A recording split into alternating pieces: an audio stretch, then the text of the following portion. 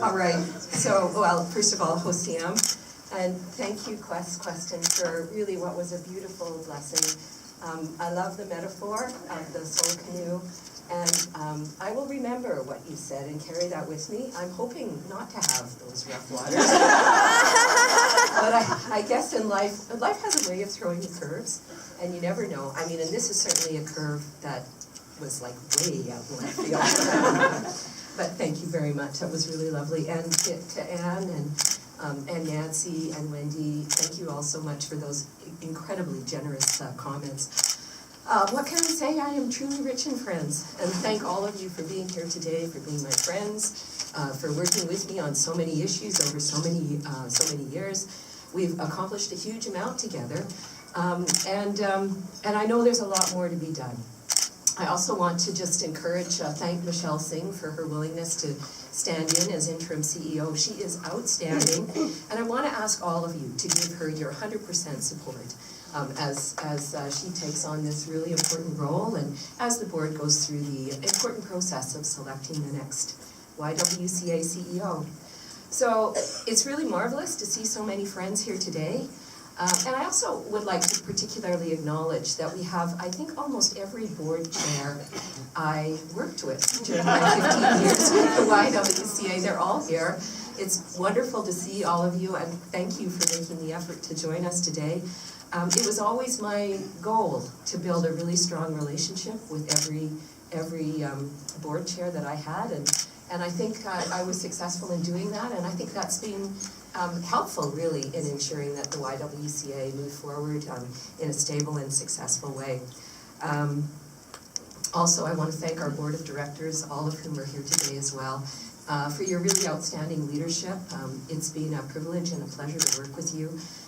I can honestly say the YWCA sets a very, very high standard in terms of our quality of our governance.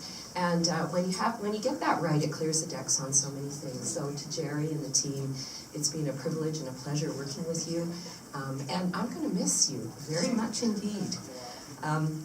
So I didn't really write a speech, but I was, let me see what I have here. You know, when you're clearing things up, I was looking through some of my old files, and I came upon this Trivial Pursuit game that I actually developed for the YWCA when I was first here in one of my first years. And I thought I would just share these questions with you. I think you might get a charge out of them. So, question number 1. Which of the following leadership programs were started in Canada by the YWCA? Big Sisters, Girl Guides of Canada, Canadian Girls in Training. Any ideas? All of the above, right? Pretty interesting. Okay, here's another one. Here's a quote from the newsletter of a YWCA member agency. A large portion of toilers at the present time are women. We do not know the cause, a growing spirit of independence or a growing distaste for home duties.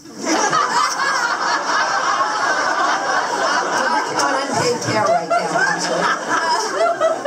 Or merely the outcome of a fierce fever of unrest that is characteristic of this age.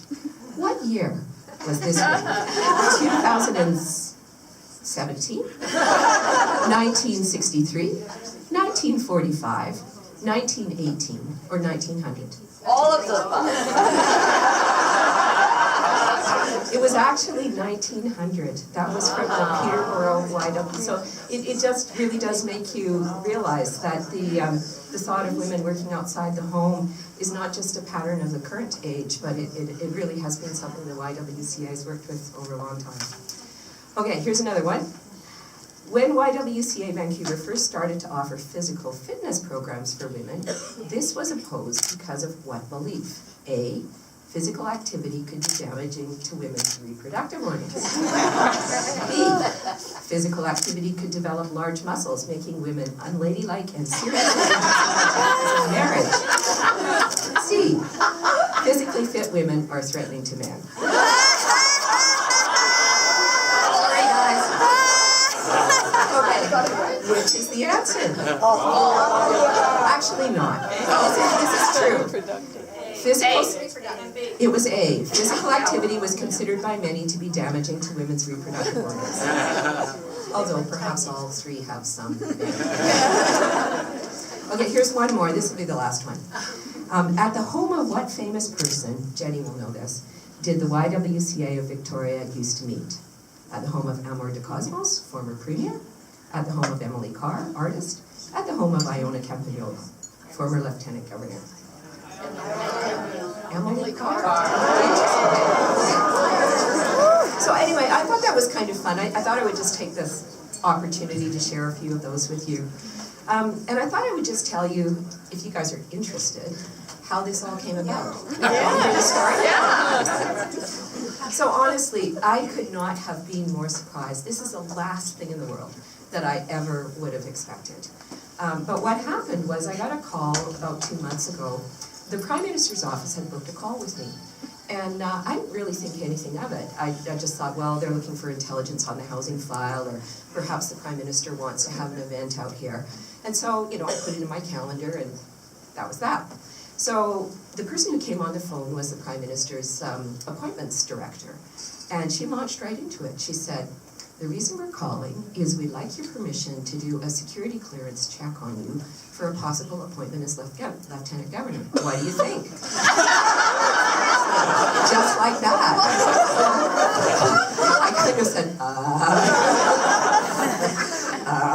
and I sort of stammered a bit, well, I guess it would be an honor to serve the country in that way. Where did this come from?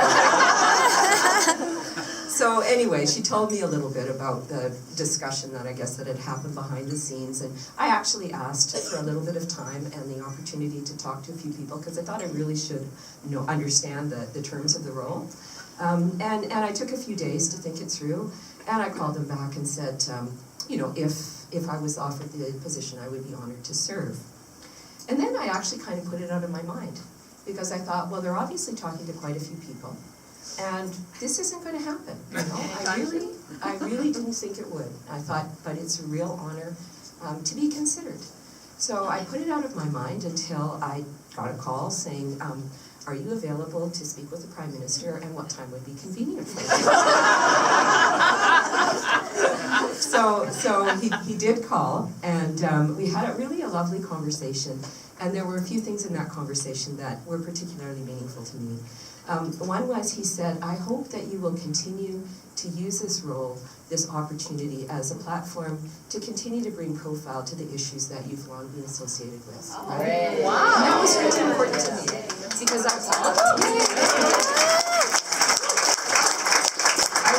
I tell you honestly, it's very important to me to make this more than just a ceremonial role. And it's very important to me to continue to do the kind of work that I've been privileged to do with all of you. So that is going to require some thought, and it's not something that I will arrive at immediately, but I think there are two ways to approach that. One is to identify a few key themes that we can carve some space and some time and some resources for, that I hope to be able to champion on behalf of the province and on behalf of all of you.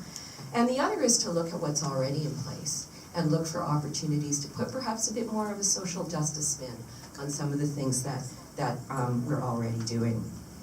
So it's an incredible honor. I'm looking forward to it. There will be a beautiful backyard for the vice-regal dog. The Honorable Macduff Austin Chester.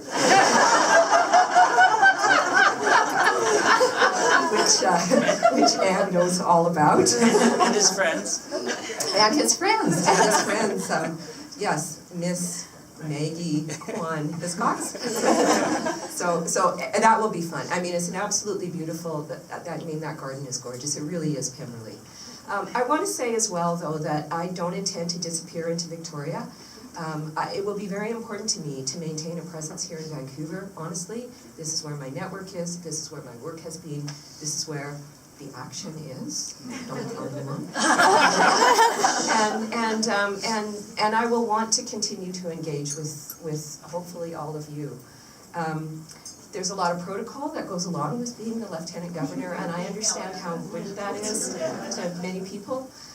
But I'll be going for protocol light, and we'll see how we So I want to say just as well that it is incredibly hard for me to leave the YWCA. It's been an incredible 15 years. It's a marvelous organization. It's worth working for. It's worth fighting for.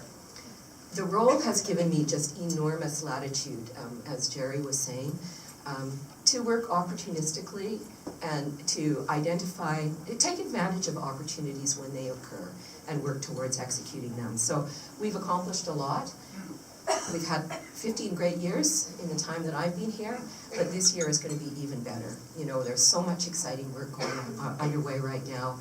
We're looking at quite a few new housing projects, and I'm very confident we'll be able to pull those off. We've had a discussion actually about expanding our service outside of Metro Vancouver. That's been a really important discussion between board and management. You will hear more about that in the time to come.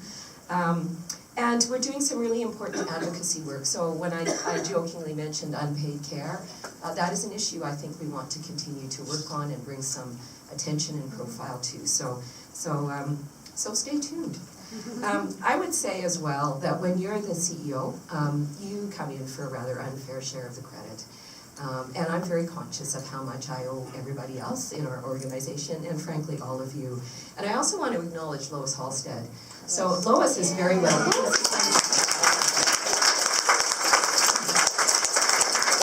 I had the enormous privilege of succeeding Lois as CEO, and she left an organization in absolutely spectacular shape. And because the organization is a mature, stable,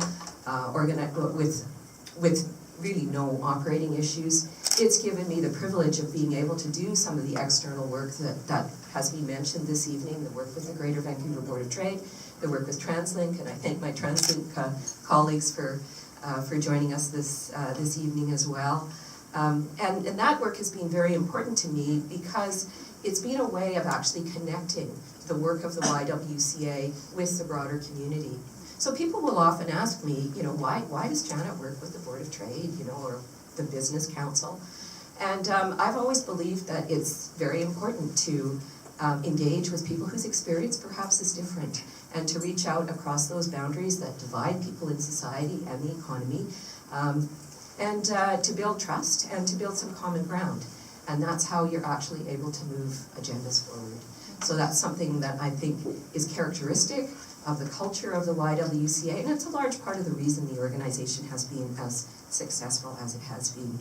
So again, I want to thank my wonderful colleagues, my wonderful management team, Michelle and the team, Amanda Frith, who's my executive assistant, who is outstanding, and of course all our board members, and who have helped me to bring my very best to the role on an ongoing basis.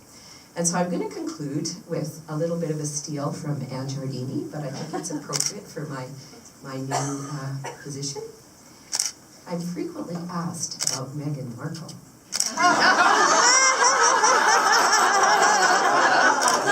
Who will bring to the royals a new kind of sparkle. And as we look forward to nuptials monarchical, let's hope for a world that is less patriarchal.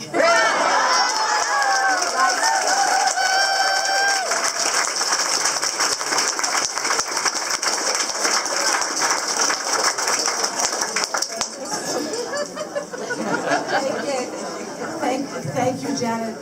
Let us end this part of the evening, the formal part, by a toast to Janet. You've already shown us, you've given us a glimpse of the rough waters, and you've given us a glimpse of what disruption is going to be like in Ottawa, Canada, and British Columbia. So this is a gain for all of us. So to you, Janet, and all the best in this chapter.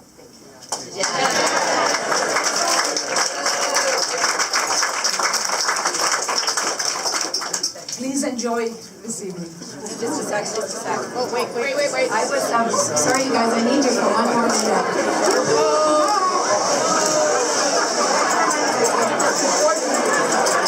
You know, I didn't really write a speech. Thank you. I didn't write a speech, and sometimes you really should, because I omitted to thank Radha for hosting this marvelous party. So Radha,